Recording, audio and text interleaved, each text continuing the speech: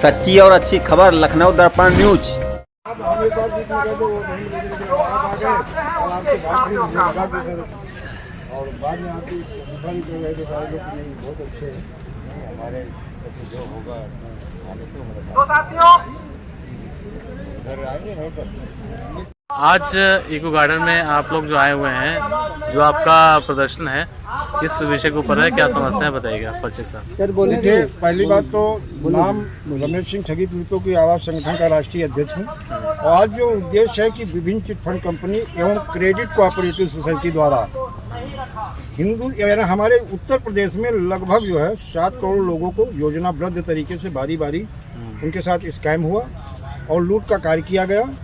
और भुगतान गारंटी कानून जो केंद्र सरकार ने जो है माननीय प्रधानमंत्री मोदी जी ने एक कानून लाए जिसे बोलते हैं वर्ष 2019 यानी the whining of unregulated deposit scheme act 2019 भुगतान गारंटी कानून के तहत उन्होंने कानून बनाया। 12 नवंबर सन 2021 की सूचना जारी हुई और उसके बाद में देखा जाए सक्षम अधिकारी मंडलायुक्त और सहायक मंडलायुक्त को बनाया गया।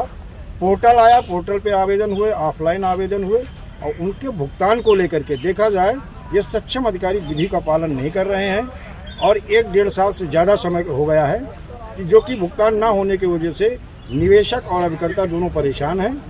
और जिसको लेकर के आज बैठक की गई है, माननीय मुख्यमंत्री योगी आदित्यनाथ जी को आमंत्रित किया गया था। शायद उनका प्रोग्राम व्यस्त है, कोई प्रतिनिधिमंडल वहाँ से आएगा, ज्ञापन भी संपन्न होगा।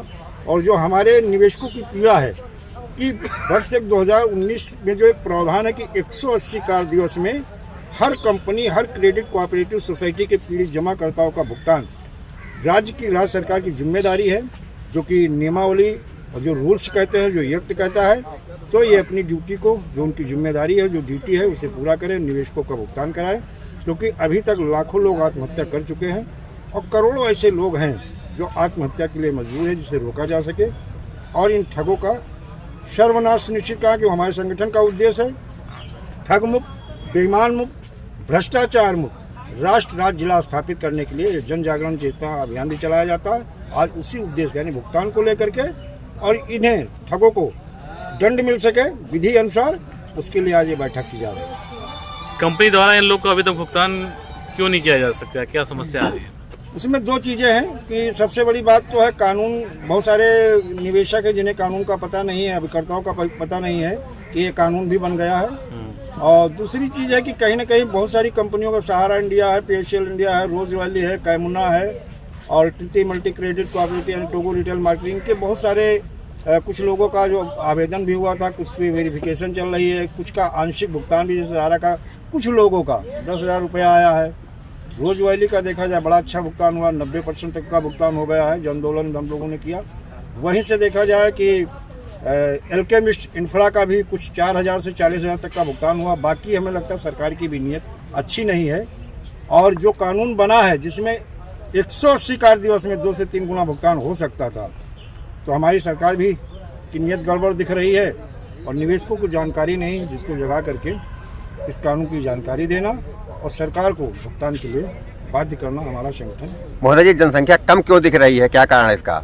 2 चीज़ें हैं कि पहली बात तो उन्होंने अनुमति नहीं दी थी और रात में 12 बजे अनुमति मिलती है, बताते कि जो है 200-300 से ज़्यादा संख्या, क्योंकि संख्या तो लाखों की आ जाती, लेकिन उन्होंने धारा 163 जो कि मान लो बीएनएस की धारा 163 लगी हुई है संपूर्ण, शायद यूपी में है, लखनऊ में भी है, और यूको गार्डन को इससे बाहर रखा गया था।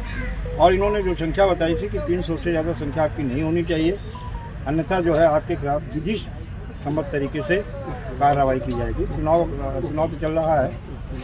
धरना कब तक चलेगा? धरना भी जो है करीब 5 बजे तक रहेगा जी, और 5 बजे के बाद जो है तो आज 1 दिवसीय धरना है आपका? हाँ, 1 दिवसीय था और इसमें एक ही था कि जो कानून था जिसमें आवेदन लिए गए थे उसी कानून का अनुपालना सुनिश्चित हो, क्योंकि कानून बन गया, संपूर्ण यूपी में लागू हो गया, सक्षम अधिकारी नियुक्त हो गए, निर्देशित न्यायालय का गठन भी हो गया, लेकिन कहीं ना कहीं इन सक्षम अधिकारियों द्वारा विधि का पालन नहीं किया जा रहा। उसी के विरोध में आज ये धरना। सेबी का क्या रोल है इसमें? देखिए, सेबी का रोल जो है वो तो कुछ कंपनियों जैसे सहारा इंडिया है, पीएसएल इंडिया है, कुछ अन्य कंपनियों की जो है, मेरी जानकारी में 300 ऐसी कंपनियां हैं जिनका रिकवरी प्रोसीडिंग का काम सेबी ने किया और मुझे लगता है भारत की सबसे करप्ट एजेंसी सेबी है।